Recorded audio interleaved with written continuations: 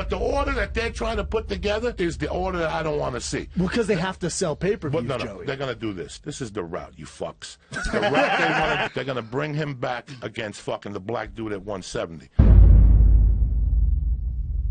That's the fight. Tyron Woodley? That's already been made at the thing. That's going to come together. Slow Watch the it. Fuck down. Watch it. Catchweight fight. I know. That's all great. They're going to fight. Watch.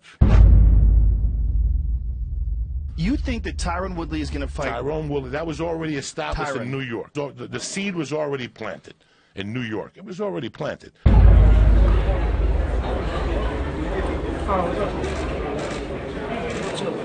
None of you motherfuckers saw it. What are you guys watching? What seed? The seed of him talking back and forth with Tyron I did see that. Woodley, okay? That's the fucking seed, okay? Jesus Christ. That's the fucking seed. Take all them belts.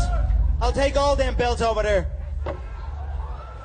Tyron, when Conor McGregor said that he wants all the belts on the table, you kind of gave him a bit of a look. Want all the what belts? All these belts? Yeah, he pointed to the belts and said he'll take all the belts. I think he's talking about Eddie's belt. Conor, just to clarify, would you ever move up to welterweight and try and get a third belt if you could? All the belts. Here. That's kind of Wayne's talking shit to him. That's the seed, you dumb fucks. That's the seed. What's happening here? What is he saying? He's just talking shit to him. He's talking shit to him. Can we hear?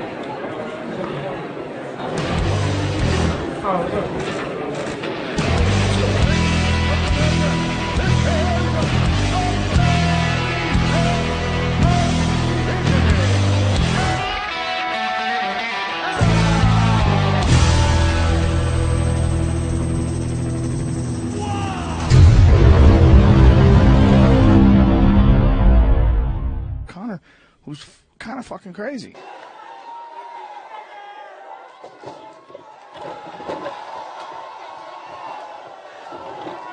Let me do a photo real quick and talk somewhere. You can always start. That's that. And like the way he John down Tyron Woodley. I don't think.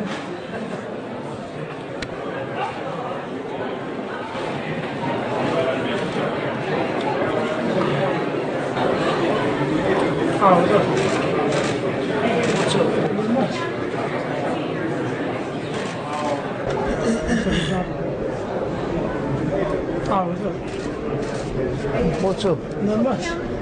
We need your assistance. What's the biggest fight pot? Let's say you have 3 fights left. Who are the 3 biggest names we can fight and to make this happen? The biggest thing is the Woodley fight because that's a 170. That's 170. That's a third belt, guys. That's the fight. Put your little camera phone. Pussy. You're like a woman with that phone. Your camera's getting bitch. Fucking bitch. If you didn't see it, Does the UFC shame give him on that you. much control? Shame on you, motherfuckers, if you didn't see it.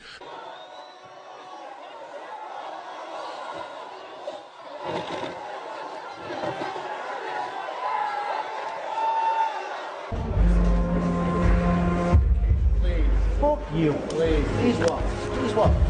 Please what? Please what, you little gossiping bitch? Tyron, your response to that? Hey, we punching a way different power in this weight division. Pack a lunch, brother. It got set up right there. Eyeing each other down. Okay, so that's the next fucking fight, guys. It's Conor saying we can do it at 70. We can do it at 70. You need to focus on your fights, bro. Put your little camera phone. Pussy. You're like a woman. You're like a woman with that phone. Your cameras get on, he get louder. Bitch. I got to ask you about this little run-in, if you will, with Conor McGregor at the weigh-in. From your perspective, what happened? Whip out your camera phone now. Whip out your little camera phone now. You little fucking bitch. I mean, from anybody's perspective, just what actually happened is I had already weighed in. I went to go grab some more water, so I had to go around him to get the water. So I said, "What's up, man?" And I walked past him, and he kind of had a mug. So then I turned back, and I was like, "I said, what's up?" And he was like, "What's up?" So I don't know what people saw in the video, but I'm not that guy. Number one, this is fighting, but it's other layers to where I'm from. You can't, one, call me a bitch. Like, I don't, that's something that's like a slap in the face or a spit in the face for where I'm from, so you don't just call a dude a bitch. Defend his tracks.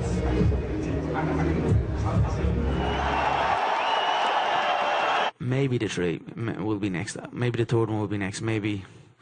I mean, there's options. There always is many options after these events, so I'm happy with that. Options are always a good thing, but I'm running it for real now. Yeah,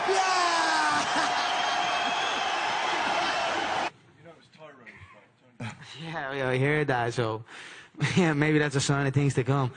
What happened with that? That was a mad little one, was it? What happened with that? It was a draw. It was a good fight. Two solid competitors. Tyron strong with the overhand. When you won that fight and a second belt did not appear in the cage, you seemed genuinely upset that the moment was being robbed. Do you think that that was a conscious effort on the UFC's part, or do you think 100%. You absolute pussy. A second belt. And they didn't have that belt for me. I didn't know what was going on. I was like, where the fuck is my... That was me just saying, what the fuck is going on here? How hard was for you to borrow your belt when he was so disrespectful and he said so many comments during the weekend? And we saw a video yesterday, you guys exchanging words and backstage the weigh-ins. And they had to run to the back to get it from Tyron Woodley, who you had an issue with earlier in the week. When you went to the back, did you say, hey... He handed it off a spit-shined. He spit-shined that motherfucker, yeah? He had that thing spit-shined for me. If Conor won it, he can get it. He know how to get in touch with Danny. He know how to get the contract set. And he really don't want to fight. That's UFC welterweight champ Tyron Woodley with a message for Conor McGregor during an episode of his YouTube show, Champ Life. Woodley said here he would fight you. He would take that I'm sure he would. I'm sure he fucking would. They all would. Woodley says Conor wouldn't want to try fighters from his weight class. When you come up to this weight, brother, it's real power.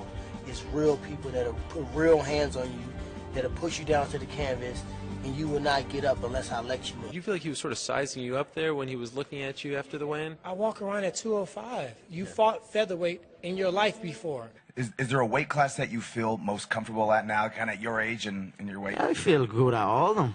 I feel good at all of them. So with that said, I don't think he was sizing it up. I thought he thought it was an opportunity to get a little internet buzz because he has this big charade and this big mystique about him. So he can't just stop it at that. He got to outdo the next thing every time. So when people mention, by the way, he really didn't comment too much about fighting me. I'm dominating my own the featherweight division. I'm at the dominating the 155 now. Do you know what I mean? So Went on to say there would be blood if they fought. Lots and lots of blood. You want to get in there, you know, with a lion, get your head bit off, and have me spewing your blood all over the octagon while you got that goofy tiger tattoo on your chest, looking like a clown with a clown on your chest. We can do it, man. I'm 170.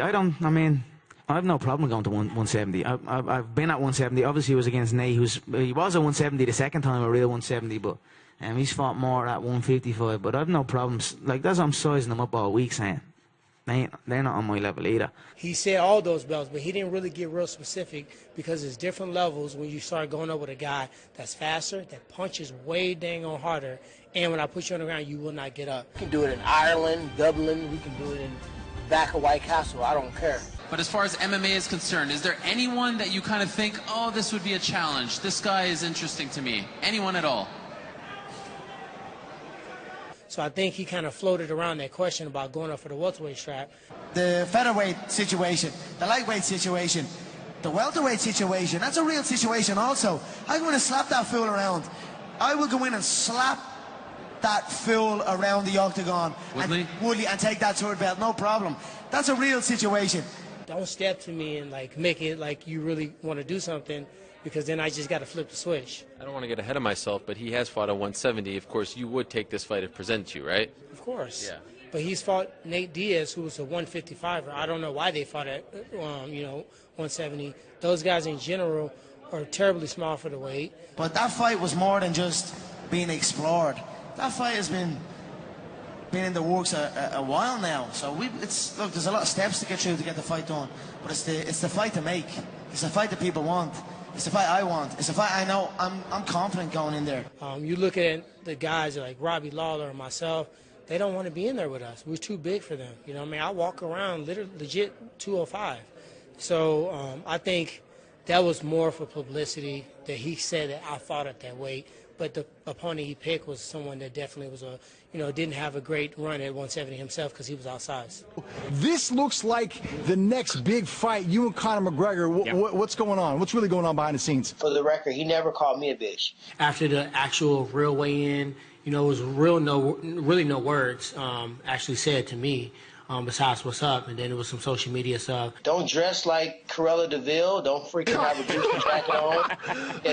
Don't have a Gucci jacket on with a tag showing. You'd kick Conor McGregor's ass? For sure, he knows that. I mean, but it's almost like the big guy in the big guy in the neighborhood beating up the smaller guy. Yeah. But when I was in the back about to do the weigh-ins, like the ceremonial weigh-ins, I was just focusing on the fight because, I mean, just to be honest, if you want to get to me, you can get to me, But if you got a big mouth and he wanna fight at this division, let's do it. All of this stuff is in octagon stuff. You're not gonna be gunning for Conor McGregor next time you see him at one of these events, right? Nah. He not about real beef like that, and it was all for the mystique. It was all for the cameras. Nobody. If I want to get to John Morgan, nobody in this room can stop me from getting to him, and that's just point blank. But when I was in his face, he didn't say anything. He was completely quiet in the locker room. Some of us are focused on greatness, defending straps. That's just something that you don't cross the line on with me. So he called you a... No, he didn't call me anything. He called the handle on Twitter that. He didn't call me anything. Yeah, well, he was calling you a Twitter, saying that maybe... Like I'm looking, like I got to fight. I'm defending my strap. I'm not worried about Conor. I'm not going to act like I'm complaining that he's on the card because my comments go to the left. So I'm excited about the card, but I don't need the boost to fight. I already got to fight. I'm not trying to get on Twitter. I just wanted to be clear because some people had a misconception of what happened in that little deal, and it was really nothing. I think that he was upset about you filming the sort of melee yesterday, saying that this is what happens when you think that you're going to get restrained. Let me go back to Ferguson again. If you were the shit, I'm videoing it, and I'm putting you on the internet. If you do the stuff, don't do it if you don't want to be video. So I think I posted a video because, like, if you're about to get into a fight, you're like, oh, don't hold me back, don't hold me back.